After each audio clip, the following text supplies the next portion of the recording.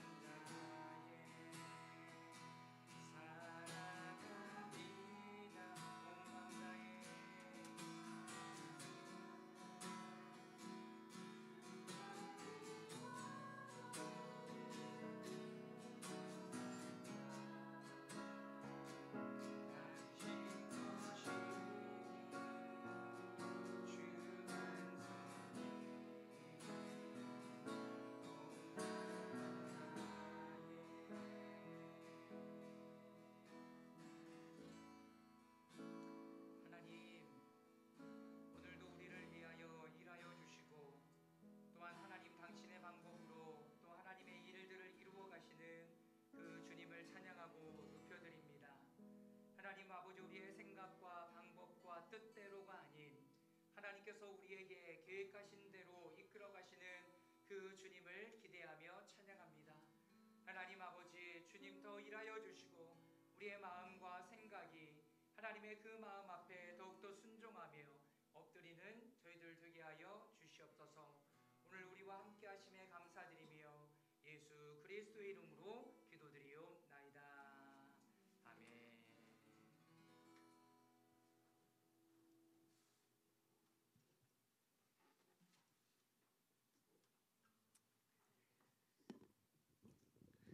네, 지난 한 주 주님께서 여러분들에게 어떻게 일해 주신 것 같습니까? 또 비교하면서 내 방법과 내가 생각했던 대로 안 돌아갔을 수 있어요. 그러나 하나님께서 오늘 일하시는 방법이 어떤 부분인지를 좀 함께 경험할 수 있기를 바랍니다. 오늘 말씀을 통해서는 하나님의 방식을 분별하는 것이 어떤 것인지 좀 보게 됩니다.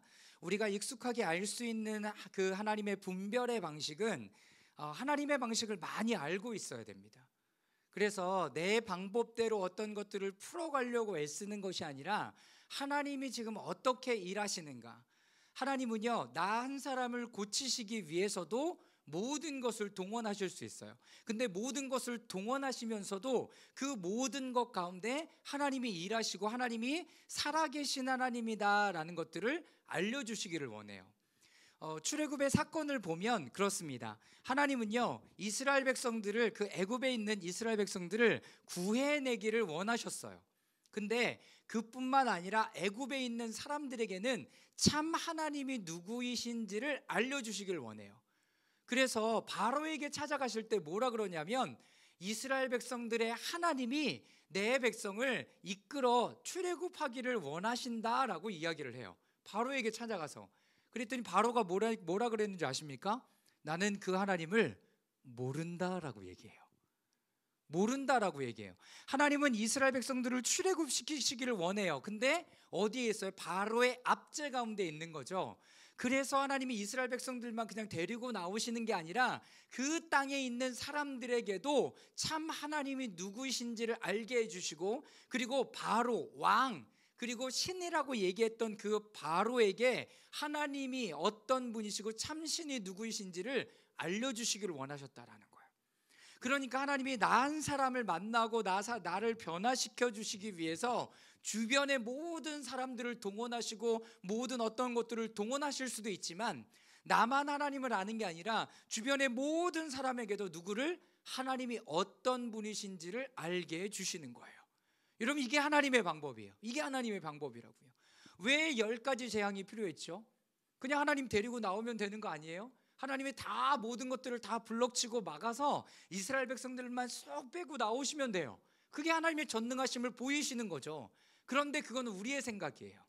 우리의 생각이라고요. 하나님은요 애굽에 있는 모든 사람들에게 피, 개구리, 이, 그리고 독종, 이런 모든 것을 섬기고 있는 사람들에게 참 하나님이 누구이신지를 너무나 알려주고 싶으신 거예요.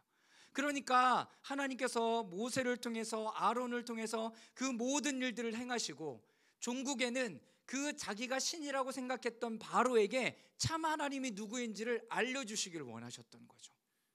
그러므로 말미암아서 이스라엘 백성들도 출애굽했을 뿐만 아니라 그 땅에 있는 모든 사람들도 하나님이란 존재를 알게 해요. 너무 재밌는 거 뭔지 아세요? 이런 사건이 있은 뒤에 40년 뒤에 이스라엘 백성들이 가나안 땅에 들어가잖아요. 근데 이 소문이 40년간 퍼져서 가나안 땅에도 그 소식이 들어가요. 그래서 이스라엘 백성들이 지나갈 때마다 사람들이 벌벌벌 떠는 거죠.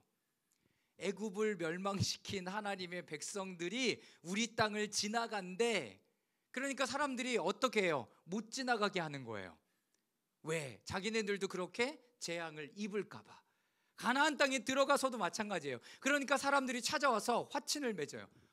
당신과 우리가 연합을 맺읍시다. 화친을 맺읍시다. 그리고 그 대신 우리를 죽이지만 말아 주십시오. 이렇게 소문이 퍼져버리는 거예요.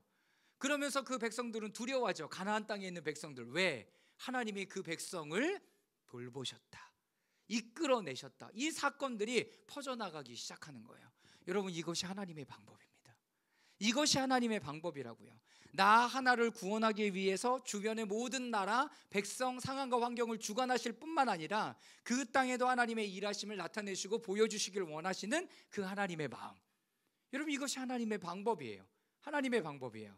오늘 말씀 마태복음 12장 22절에서 28절 말씀인데요, 저와 여러분들이 한 절씩 교독하며 좀 읽어보도록 하겠습니다. 먼저 22절입니다. 그때 사람들이 귀신이 들려서 눈이 멀고 말을 못하는 사람 하나를 예수께 데리고 왔다. 예수께서 그를 고쳐주시니 그가 말을 하고 보게 되었다.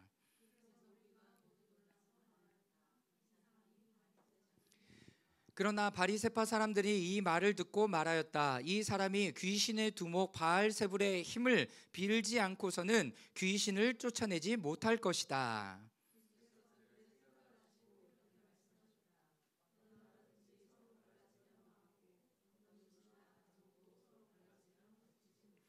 사탄이 사탄을 쫓아내면 스스로 갈라진 것이다. 그러면 그 나라가 어떻게 서 있겠느냐?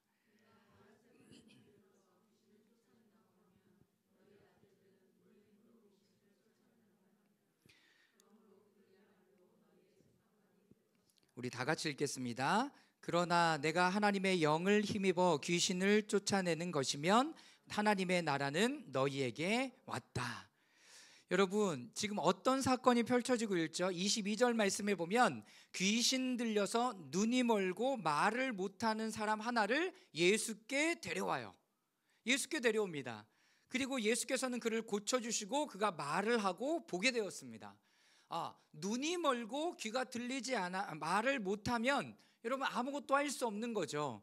그런데 예수님은 눈 그리고 말하는 것 모든 것들을 고쳐주세요. 여기에도 영적인 의미가 있겠죠. 자, 그러나 여기에서 보면 24절에 바리새파 사람들이 이 말을 듣고 말하였다. 이 사람이 귀신의 두목 바알세불의 힘을 빌지 않고서는 귀신을 쫓아내지 못할 것이다. 여러분, 바리새파 사람들이 귀신을 내어쫓을 수 있었어요. 바리새파 사람들이 귀신을 내어쫓을 수 있었다고요. 그리고 죄사함을 선포해 줄 수 있었어요. 고쳐줄 수 있었다는 거예요.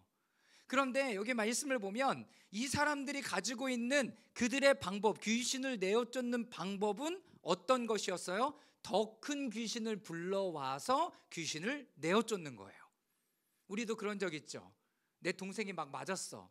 형, 내가 맞았어. 그러면 누가 가요? 형이 가야죠. 더 큰 사람이 가는 거예요. 힘센 사람이 나타나는 거예요.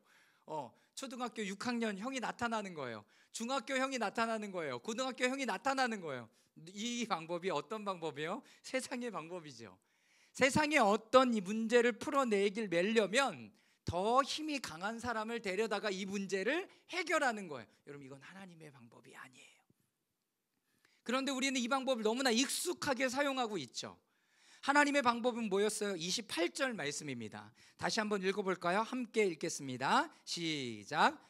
그러나 내가 하나님의 영을 힘입어 귀신을 쫓아내는 것이면 하나님의 나라는 너희에게 왔다.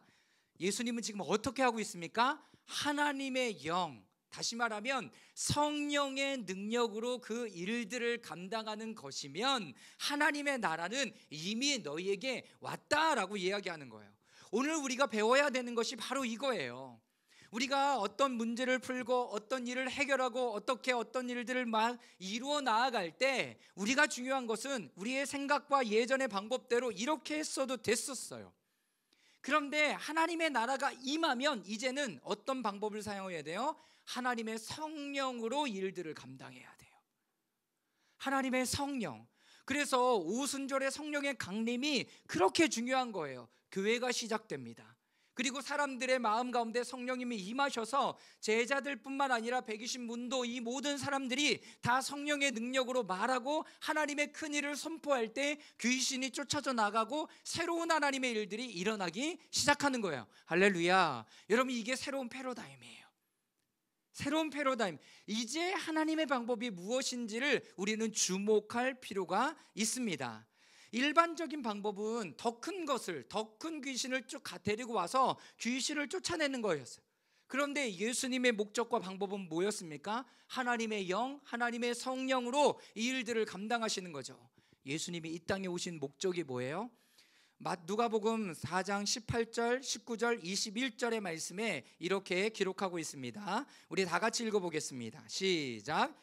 주님의 영이 내게 내리셨다. 주께서 내게 기름을 부으셔서 가난한 사람에게 기쁜 소식을 전하게 하셨다. 주님께서 나를 보내셔서 포로된 사람들에게 해방을 선포하고 눈먼 사람들에게는 눈뜸을 선포하고 억눌린 사람들을 풀어주고 주님의 은혜를 선포하게 하셨다. 예수께서 그들에게 말씀하셨다. 이 성경 말씀이 너희가 듣는 가운데서 오늘 이루어졌다. 예수님이 이 땅에 오신 이유가 뭐예요? 여기 말씀에 보면 포로된 사람들에게, 눈먼 사람들에게, 억눌린 사람들에게, 그리고 하나님의 은혜의 해를 선포하게 해주는 거예요. 자유케 하는 거죠. 놓아주는 거예요. 여러분, 풀어주는 거예요. 기쁘게 해주는 거예요. 하나님의 은혜가 선포되었다라고 말해주는 거예요. 그런데 이 말씀을 듣는 너희에게 어떻게 됐대요? 이 말씀이 오늘 너희에게 이루어졌대요. 나중에 이루어질 거 아니에요. 예수님이 재림하실 때 이루어질 거 아니에요. 내가 죽으면 이루어지는 게 아니라 하나님의 나라는 언제예요? 여러분, 지금 이루어지고 있는 거예요. 지금 이루어지고 있는 거예요. 다음 주에 할 거 조금만 얘기하면, 이번에 우리가 하나님의 나라에 대해서, 그리고 사모님께서 아침마다 비유에 대해서, 하나님 나라의 비유에 대해서 이야기를 계속 이제 가들리를 통해서 이야기를 해주셨어요. 그러면서 제가 깨달았던 것이 뭐냐면, 하나님의 나라가 가까이 왔대요. 가까이 왔대요. 그런데 비유를 보면 다 우리 주변에 있는 내용을 가지고 예수님이 이렇게 이야기를 하세요. 하나님의 나라는 이런 것과 같다라고 얘기해 주세요. 이런 것과 같대요. 그런데 우리 일상에 다 보여지는 거야. 다 보여지는 거야. 선한 목자의 비유를 해주면, 참 목자와 거짓 목자가 있잖아요. 참 목자가 있고 우리에게도 이 땅을 살아가면서 거짓 목자가 있는 거예요. 그것을 실질적으로 보여주시는 거예요. 밭에 대한 비유를 하면서, 씨 뿌리는 자의 비유를 하면서도, 우리가 지금은 농경사회가 아니지만 여전히 씨를 뿌리는 사람이 있고 거두는 사람이 있고 돌짝밭에, 그리고 가시덤불밭에 뿌려지는 것들이 있잖아요. 그것이 우리 주변에 다 있는 거예요. 우리 주변에 다 있는 거예요.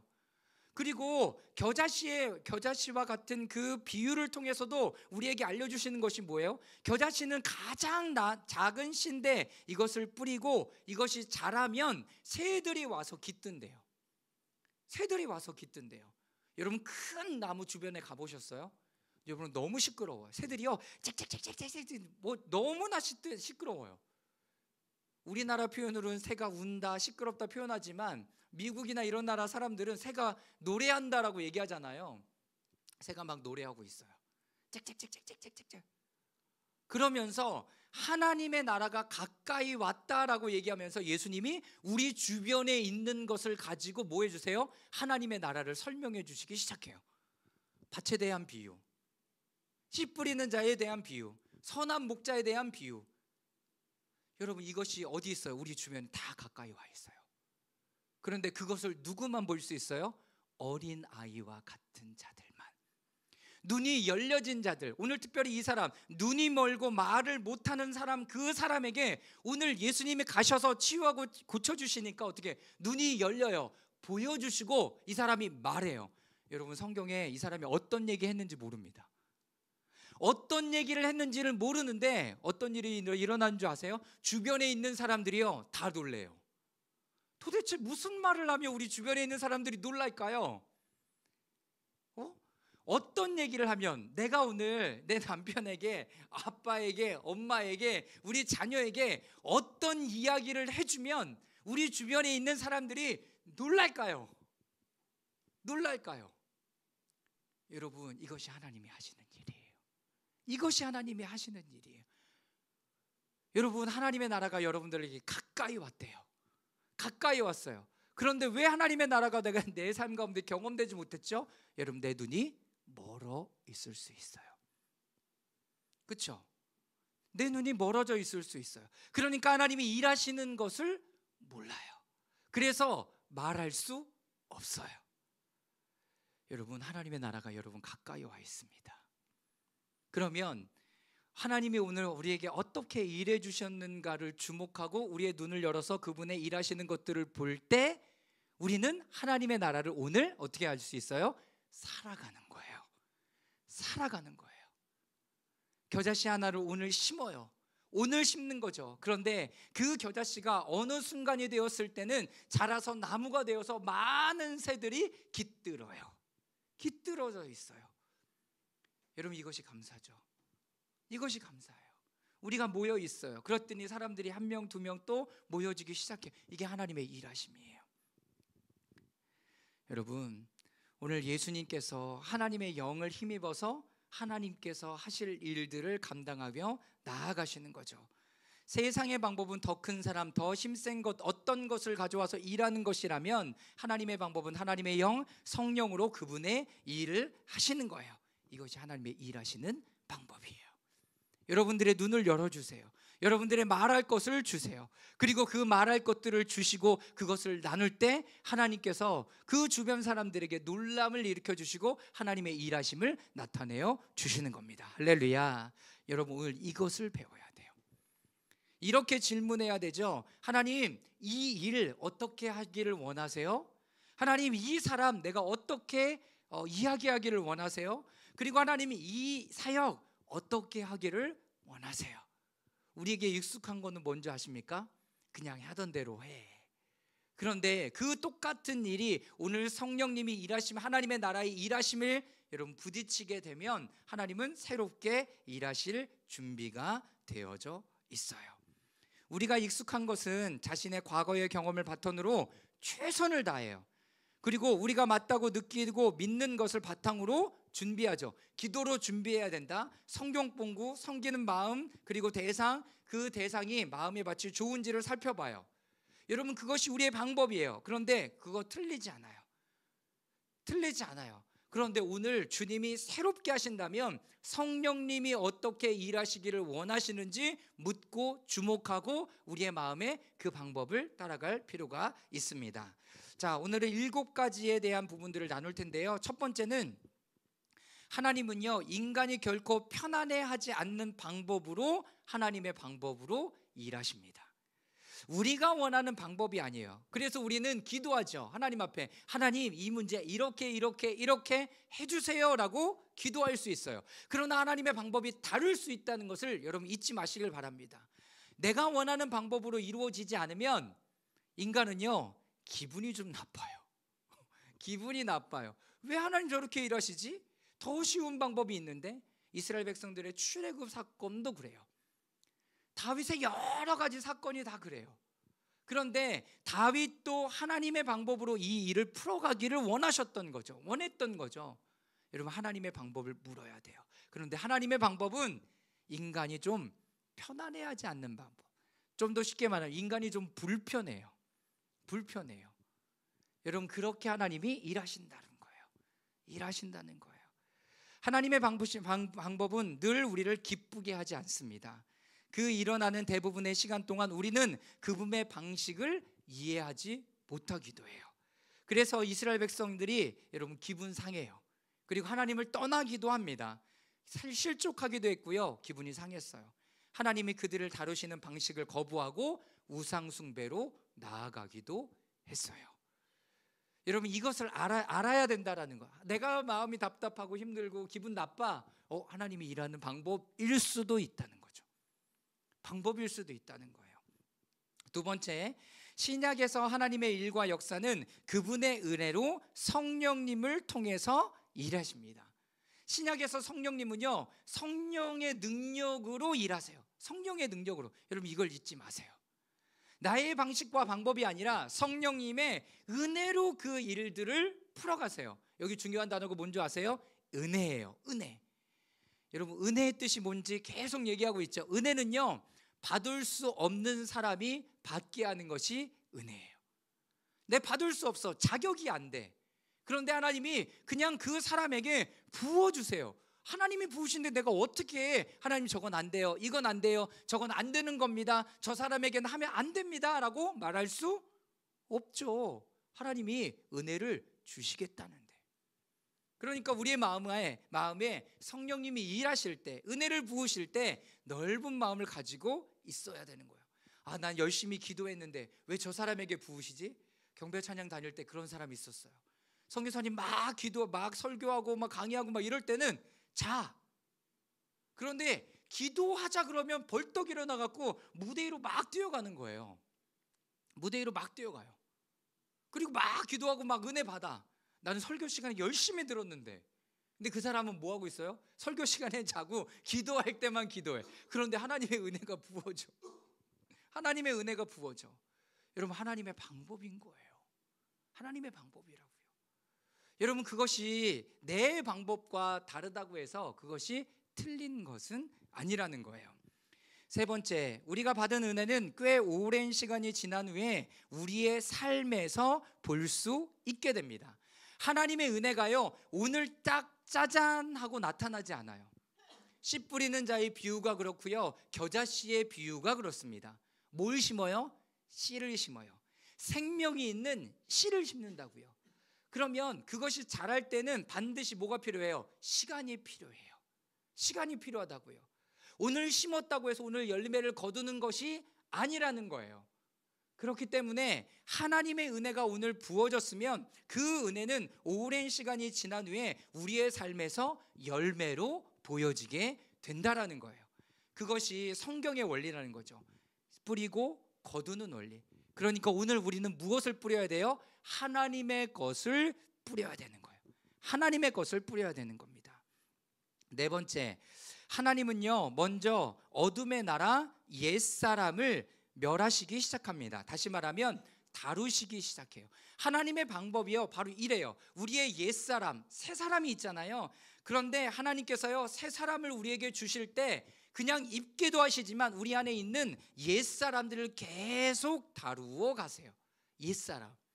그러니까 내가 페르소나를 쓰고 살았던, 나의 방식대로 살아갔던 것, 이런 부분들을 하나하나 하나님께서 다루시기 시작해요. 그러니까 뭐가 많아요? 질문이 많아요. 질문이 많아요. 그리고 부딪힘이 있어요. 마음에 불편하기 시작해요. 자, 에베소서 4장 24절 말씀 우리 다 같이 한번 읽어보겠습니다. 시작.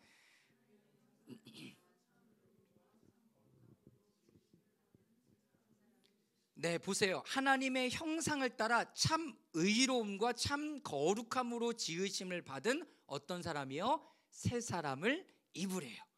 새 사람을 입으래요. 입다라는 이 헬라어 원어는 어떤 의미를 가지는지 아십니까? 여러분, 딱 붙는 거예요. 여러분, 옷 사러 가면 그런 거 있죠. 점원이 항상 이런 얘기를 잘해요. 어우, 자매님 옷이에요. 손님 오신 것 같아요. 이렇게 딱 얘기하잖아요. 아, 이 옷이 내 옷이야. 딱 맞게. 하나님이요, 우리를 어떻게 해요? 참 의로움과 참 거룩함으로 지어서 그 옷을 나에게 딱 주세요. 그리고 우리에게 딱 맞게 하세요. 그래서 우리의 옷과 떨어지지 않아요. 우리의 몸과 떨어지지 않아요. 하나님의 거룩한 새 사람의 옷이. 이것을 우리에게 주시길 원해요. 여러분, 그러려면 어떻게 해야 되죠? 옛사람을 벗어야 돼요. 하나하나 벗어내야 돼요. 우리가 그래서 금식과 기도로 하나님 앞에 나아가는 거예요. 한 번에 다 벗어지지 않더라고요. 시간이 필요해요. 시간이 필요하다고요. 그런데 그 시간들을 내가 받아들이고 시간들을 가져가는 거죠. 옛사람을 다루어 가세요. 근데 먼저 어둠의 나라와 옛사람을 멸하시기 시작해요. 오늘 본문에 나오는 눈이 보이지 않고 말을 못하는 것이 옛사람의 모습 가운데 죽어있는 모습인 거예요. 하나님이 이것을 다루시기 시작하죠. 내가 보지 못하는 것은 뭐지? 빼앗긴 것은 뭐지? 깨닫지 못하는 것은 무엇이지? 이런 부분들을 계속 보여주시죠. 골로새서 3장 10절 말씀도 읽어보도록 하겠습니다. 시작. 새 사람을 입으십시오. 이 새 사람은 자기를 창조하신 분의 형상을 따라 끊임없이 새로워져 참 지식에 이르게 됩니다. 자, 여기 보세요. 새 사람은 자기를 창조하신 분의 형상을 따라서 자라가요. 형상, 모양과 형상이다라고 이야기했을 때요, 그 안에는 하나님의 성품이 들어가 있었어요. 하나님의 성품, 하나님의 마음, 그러니까 사랑, 은혜, 긍휼, 이런 긍휼이 여김, 이런 마음들이 계속 우리 가운데 부어지는 거예요. 하나님의 형상이 뭡니까? 라고 묻는다면 우리가 성령의 열매로 갖는 여러분 이런 모든 것들을 이야기하는 거죠. 그것이 우리 안에 새겨지기 시작해요. 자, 그런데 여기 또 이 말씀을 보세요. 끊임없이 새로워진대요. 끊임없이. 처음에는요, 조금 아는 것 같아. 그런데 이것이 점점 더 커지는 거예요. 이것이 하나님을 더 알아가는 방법입니다. 자, 그럼 옛사람은 어떤가? 우리가 타락할 때 영이 생명을 잃었다. 그리고 그 자리에 혼의, 그 영의 자리를 차지하게 되고 나를 대표하기 시작한다. 창세기 2장 7절에 하나님이요, 흙으로 사람을 지으시고 그 코에 생기를 후 부르세요. 그랬더니 뭐가 되면 생영이 됐다라고, 생혼이 됐다라고 이야기를 합니다. 그러니까 하나님의 영혼 육이 모두 하나님의 것으로 다루어지고 만져지고 하나님의 뜻과 모양과 형상으로 따라가게 돼 있어요. 그런데 타락함으로 말미암아서 여러분 혼이 타락한 거예요. 혼이 뭔지 아세요? 지정의예요. 지정의. 이 부분들이 타락해 버려요. 여러분, 그런 것들이 타락하니까 이제 내가 알고 있던 지식, 경험, 습관, 이것이 나를 자꾸 어떻게 해요? 대표하려고 해요. 이것이 바로 옛사람의 모습입니다. 우리의 영은 생명을 얻었으나 혼은 여전히 우리 안에서 자신의 정체성을 드러내려고 해요. 예수 그리스도의 그 십자가를 믿을 때. 자, 이것이 죽음으로 나타나기 시작해요. 하기 싫어요. 짜증나기도 해요. 그리고 화로 나타나기도 하고요, 폭력으로 나타나기도 하고, 나이스함으로 나타나기도 해요. 거짓으로 드러나기도 해요. 상대하기 싫은 사람 그냥 나이스하게 여러분 하시죠? 여러분, 그것이 바로 옛사람의 모습이 드러나는 모습 중에 하나이기도 합니다. 하나님의 방법은요, 이 옛사람을 다루기 시작해요. 생각해 보세요. 하나님의 나라의 시리즈를 시작할 때 제일 먼저 했던 게 뭐예요? 세례 요한을 통해서 새로운 패러다임으로 우리 가운데 임해요. 세례 요한 누구예요? 제사장. 성전에 있지 않고 어디에 있어요? 광야에 있어요. 메시지가 뭐였어요? 하나님의 말씀 제사법은 이거예요 라고 얘기하는 게 아니라 회개하라, 하나님의 나라가 가까이 왔다. 제사장의 옷을 입고 있지 않아요. 뭘 입어요? 낙타와 메뚜기와 석청을 먹고 그것 가운데 있어요. 완전히 새로운 패러다임으로 지금 나타나고 있죠. 여러분, 이 메시지를 누가 받아들였어요? 세리, 죄인, 창녀, 군인, 어린아이, 그리고 몇몇의 바리새인들이 받아들이기 시작해요. 여러분, 죄인이라고 고백하는 사람들만 그 하나님의 마음들을 받아들이기 시작했다는 거예요. 여기에도 중요한 포인트가 있죠. 나는 의인인가 죄인인가? 예수 그리스도로 말미암아 의인이 되었지만 내 안에 옛사람의 모습을 어떻게 계속 다루어 가야 되는 부분들이 있는 거예요. 여러분, 하나님께서는요, 우리의 어둠의 나라 옛사람을 다루시기 시작해요. 내가 짜증나고 하기 싫은 것들을 말씀하시는가? 하나님의 방법이에요. 100% 하나님의 방법이에요.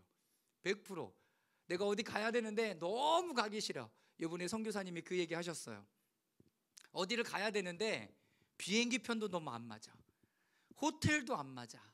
그러면서 저에게 하는 말이, 지 목사님, 이럴 때 가야 되는 거죠? 너무 잘 알아. 그런데 내 마음에선 계속 무슨 마음이 드러나? 가기 싫어. 비행기도 안 되잖아. 숙소도 없잖아. 시간이 너무 많이 들잖아. 비행기 값도 너무 비싸잖아. 안 될 이유가 수두로 빽빽해요. 그런데 이럴 때는 분명히 하나님이 일하시고 역사하실, 하나님이 하실 일들이 있다라는 거예요. 왜 내 마음 가운데 불편하고 하기 싫고 거짓으로 하고 막 이렇고 싶을까요? 네, 이게 옛사람의 모습이에요. 하나님이 일하는 것들을 막고 싶은 거예요. 내 옛사람이. 여러분, 그럴 때는 내가 죽었습니다 하고 그냥 하는 거예요. 죽었습니다. 제가 죽었습니다. 여러분, 그러면 어떻게 일하세요? 하나님의 방법대로 일해 가세요. 일해 가세요. 하나님이 분명히 시키실 일이 있는 거야. 하나님이 지금 다루어 가실 일이 있는 거야. 여러분, 그래서 여러분 그럴 때마다 나의 의지와 생각들을 하나님 앞에 내려놓고, 하나님 할게요. 하나님 할게요. 여러분, 그것이 하나님의 방식을 취하는 모습입니다. 다섯 번째, 하나님은 혼과 몸과 영 모든 것을 고치세요. 영혼, 육, 이 모든 것을 하나님은 고치시기를 원해요. 여러분들이 예수님 다 믿으셨잖아요. 그랬을 때는 하나님이 영을 새롭게 하셔서 이미 생명이 여러분들 안에 있어요. 영이 살아났어요. 생명을 얻었어요. 그 다음에 뭘 다루시는지 아십니까? 여러분들이 혼을 다뤄요. 지정의, 내 예전의 생각, 그리고 마음, 습관, 삶의 관습, 이 부분들을 다루어 가세요. 그리고 어떻게 해요? 몸을 복종시켜 가요. 몸을 복종시켜 가요. 여러분, 마지막이 뭔지 아세요? 몸이에요. 마지막이 몸. 몸이 제일 안 따라와요. 예전의 습관대로 제일 안 따라와요. 여러분, 40일 새벽 기도하고 아침에 계속 일어나잖아요. 3일만 새벽 기도 안 하면 다시 원점으로 돌아간대요. 몸은 그렇게 적응력이 빠르대요. 몸은 그렇게. 그러니까 깨어 있어서 그 여정을 갈 필요가 있는 거죠. 하나님은요, 여러분들의 영혼육 모두를 고치기를 원해요. 그리고 그렇게 고쳐 가세요. 우리의 여정이 그렇습니다. 자, 22절 말씀 다 같이 한번 읽어보도록 하겠습니다. 그때의 사람들이, 시작.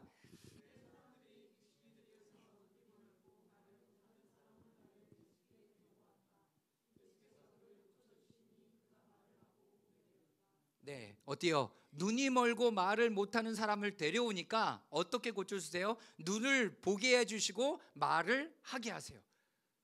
여러분들의 핸디캡이 있는 연약한 모든 부분들을 하나님이 어떻게 하신다고요? 다 고치신다고요. 다. 야, 이번엔 눈만 해줄게, 여러분의 입만 해줄게, 그러실 수도 있겠지만 궁극적으로는 여러분들의 모든 영역들을 고쳐내기 시작하세요. 여러분, 이 불쌍한 사람은 귀신에 사로잡혀 있었어요. 그래서 스스로 말하거나 볼 수 없었고 들을 수도 없었어요.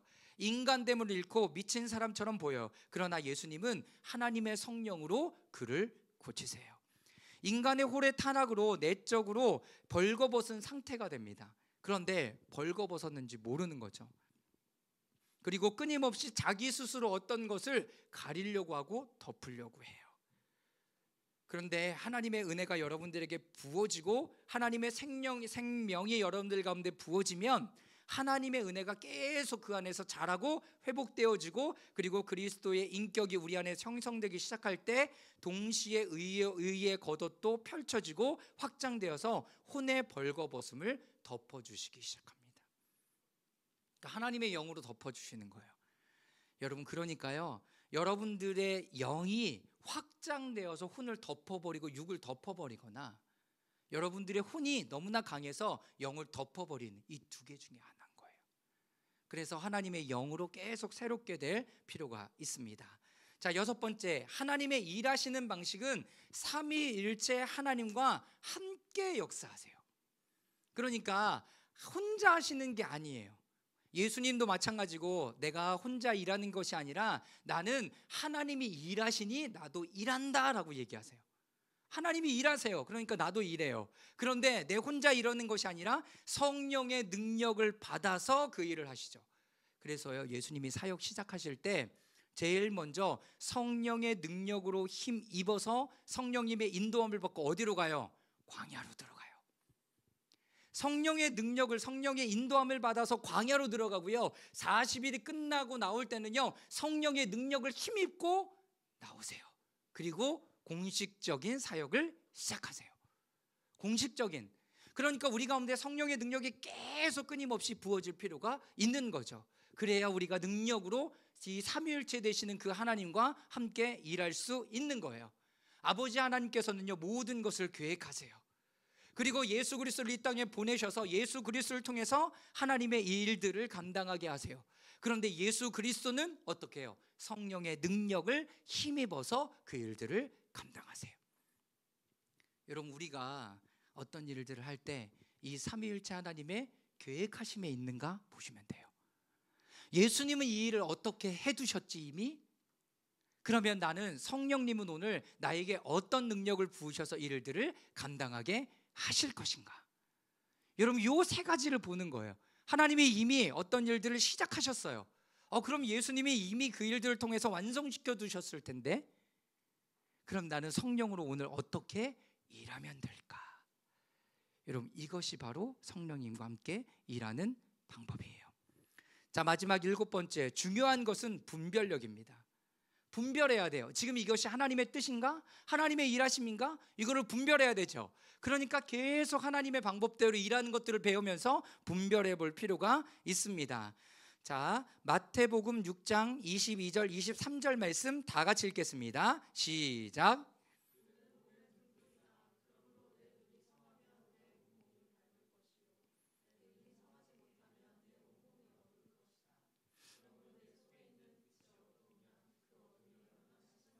네, 눈은 몸의 등불이래요. 그러니까 하나님께서 우리에게 빛을 비추어 주셔서 이 시간에 계속 빛을 비춰 주셔서 우리가 보지 못했던 것을 하나님 볼 수 있도록 도와주십시오. 볼 수 있도록 도와주십시오. 그리고 이 빛이 꺼지지 않도록 예수 그리스도가 빛이시잖아요. 그러니까 그 주님과 동행할 때 그 빛을 계속 우리가 경험하고 알고 그 영적 여정을 걸어 나아가는 거예요. 자, 신명기 17장 11절입니다. 함께 읽겠습니다. 시작. 그들이 당신에게 내리는 지시와 판결을 그대로 받아들여서 지켜야 합니다. 그들이 당신들에게 내려준 판결을 어겨서 좌로나 우로나 벗어나면 안 됩니다. 저는요, 여호수아서에 보면 좌로나 우로나 치우치지 말라고 모세가 명령한 그것만 있는 줄 알았더니 이 말씀이요, 이미 어디에? 신명기에 있던 말씀이에요. 좌로나 우로나 치우치지 말아라. 그들이 당신들에게 내리시는 지시와 판결을 그대로 받아들여서 지켜야 합니다. 이것이 구약을 살아갔던 사람들의 이끄심이었어요. 신명기 17장 20절 말씀입니다. 시작. 마음이 교만해져서 계명을 떠나서 좌로나 우로나 치우치지도 않으며 그와 그의 자손이 오래도록 이스라엘 왕위에 앉게 될 것입니다. 하나님의 말씀 가운데 좌로나 우로나 치우치지 말라라는 거예요. 이것을 좌쪽으로나 우쪽으로나 해석하지 말고 하나님께서 지금 어떻게 말씀하시기를 원하시는가를 보고 들으라는 거죠. 이것은 어디에서? 하나님과의 관계 가운데 이루어지는 일들이에요. 신명기 28장 14절입니다. 시작.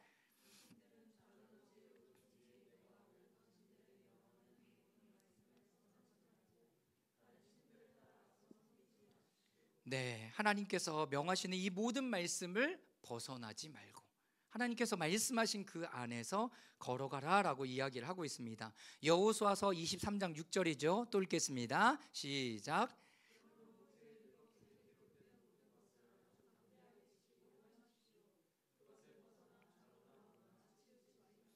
네, 여기 세번역 성경이 이렇게 기록하고 있더라고요. 아주 담대하게 지키고 행하십시오. 아주 담대하게 그것을 지키래요. 이것이 하나님의 말씀이 확실하다면 여러분 그 여정을 여러분 담대하게 발걸음을 디뎌 나가십시오. 그것이 지금 오늘 우리에게 말씀하시는 부분입니다. 잠언 4장 27절입니다. 함께 읽겠습니다. 시작. 좌로든 우로든 빗나가지 말고 악에서 내 발길을 끊어 버려라. 네, 여러분 이것이 분별력이 중요한, 분별력이 필요한 겁니다. 마지막, 하나님의 방법, 이것이 하나님의 방법인가? 그것을 우리가 알려면 계속 하나님 앞에 분별하는 힘을 길러야죠. 그런데 이것이 말씀에 근거한 것인가를 잘 보세요. 그런데 말씀에 근거해서도 자기의 편에 따라서 좌로나 우로나 이 말씀을 해석해 갈 수 있어요. 그렇기 때문에 하나님의 뜻이 중요해요. 하나님의 성품이 중요해요. 하나님의 성품. 여러분, 재판을 할 때도 우리나라는 3심 제도를 해요. 1심에서 지면 2심에서도 또 할 수 있어요. 2심에서도 못하면 지면 대법원에 상고할 수 있어요. 우리가 어떤 일을 할 때 제일 먼저 드는 것은 이것이 옳은가 그른가를 봐요. 그렇죠? 이거를 옳고 그르. 그런데 그것을 보면서 하나님의 마음은 제일 최고 끝에 있는 대법원의 판결이 뭐냐면 하나님의 사랑과 은혜예요. 하나님의 사랑과 은혜라고요. 이것이 하나님의 은혜로 적용되는 공의와 정의인가? 이걸 보셔야 돼요. 하나님의 사랑으로 적용되는 공의와 정의인가? 그 안에서 내가 이 일들을 판단하고 결정하고 있는가를 반드시 봐야 되는 거예요. 그것이 최고의 이렇게 법에 있는 부분입니다. 그래서 율법학자가 묻잖아요. 최고의 계명이 뭡니까? 라고 물었더니 하나님을 사랑하고 내 이웃을 내 몸같이 사랑하라. 그 하나님의 사랑, 그 하나님의 사랑이 우리 가운데 부어져서 그를 사랑하는 마음. 하나님은요, 공의와 정의가 있기 때문에 죄를 지은 사람들을 심판하실 수밖에 없어요. 그런데 그냥 다 하나님께서 심판하시면 되지 왜 하나님의 아들 예수 그리스도를 이 땅 가운데 보내주시냐고요. 그건 우리를 사랑해서예요. 사랑하신 그 하나님의 공의와 정의가 계속 그냥 막 가서 끝까지 가는 게 아니라, 하나님은 예수 그리스도를 보내셔서 하나님의 사랑이 어떤 것인가를 알고 그들 한 사람 한 사람이 그 예수 그리스도의 사랑으로 돌아오도록 우리를 인도하신다는 거예요. 이게 하나님의 사랑이라고요.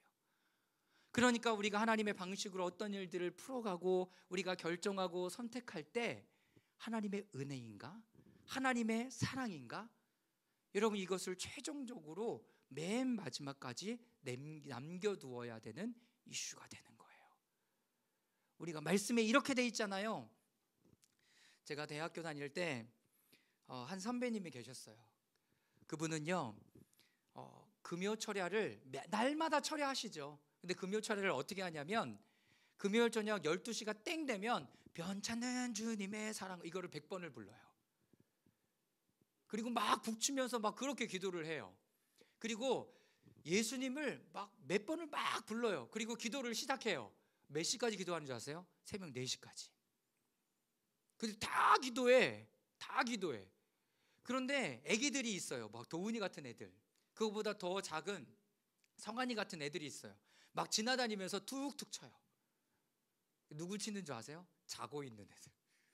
자고 있는 사람들 툭툭 치고 다녀. 애기들이 시끄러운 거 못 자잖아. 그러니까 툭툭 치고 다녀. 목사님이 그러세요. 자고 있는 사람들 애기들이 치고 다니는 거라고. 근데 그런 교회에 다니셨던 선배님이에요. 저도 몇 번 간 적이 있거든요. 그런데 너무나 그분의 사모님이요, 그러니까 엄마죠. 엄마가 너무 말씀에 근거한 거예요. 그러니까 여러분 어렸을 때 그거 해보셨죠? 엄마 아빠의 주머니에 주머니에 손을 쑥 집어넣으면 돈이 이렇게 탁 집혔어. 그걸 내가 이렇게 가져가기도 하고 쓰기도 하고. 그런 적 없어요? 나만 있나? 네. 그래서 딱 엄마한테 딱 붙잡힌 거예요. 그 도둑질한 사람 손을 어떻게 해버리라고 돼 있어요? 손을 자르라고. 그러니까 엄마가 부엌칼을 가져다가 손을 자른다고 막 그랬던 거예요. 그러니까 이게 경고성으로 하신 거겠죠. 근데 실질적으로 손을 이렇게 도마에 갖다 대더니 이렇게 자르려고 하셨다고 하더라고요. 여러분, 무섭죠? 여러분, 하나님의 율법이 너무 무서워요. 그래서 하나님이 계명을 주신 거예요. 10계명. 하나님의 율법은 우리가 한 대 때리면 그냥 한 대만 때려 라고 하는데, 인간의 죄성은요, 한 대 때리면 2대를 때리고 싶은 게 인간의 죄성이거든요. 그 파워를 어떻게 할 거야? 그러니까 범의 판단을 맡기는 것이기도 하고. 그런데 우리가 알아야 되는 것은, 그것의 최고의 법은 뭐라고요? 하나님의 사랑이라고요. 하나님의 사랑. 사랑에 근거하고 있나? 하나님의 방법이 맞는가? 하나님의 방법은 뭐였지? 자기 아들을 내어주는 거였어요. 어디에? 십자가에 죽기까지 내어주는 거였어요. 이게 하나님의 사랑의 최고의 표현이었잖아요. 최고의 표현. 그 피를 우리에게 흘려주시고, 그 피가 우리 가운데 흐를 때 우리가 회복되고 살아나는 그 놀라운 역사들. 여러분, 하나님의 방법은 사랑이에요. 근데 그 사랑을 경험하면 경험할수록 그 사랑이 다른 곳으로 계속 또 흘러가게 되는 거죠. 여러분, 지난주에 하나님이 여러분들 가운데 어떻게 일해 주시던가요? 어떻게 일해 주시는가요? 그리고 하나님이 오늘 어떻게 일해 주시던가요? 그리고 그것이 하나님의 방법이 맞다면 하나님이 우리 가운데 어떠한 생명의 능력을 흘려보내고 계시고 있나요? 여러분, 오늘 들은 말씀을 잠시 또 하나님께 올려드리며 잠시 침묵 가운데 기도하며 나가겠습니다.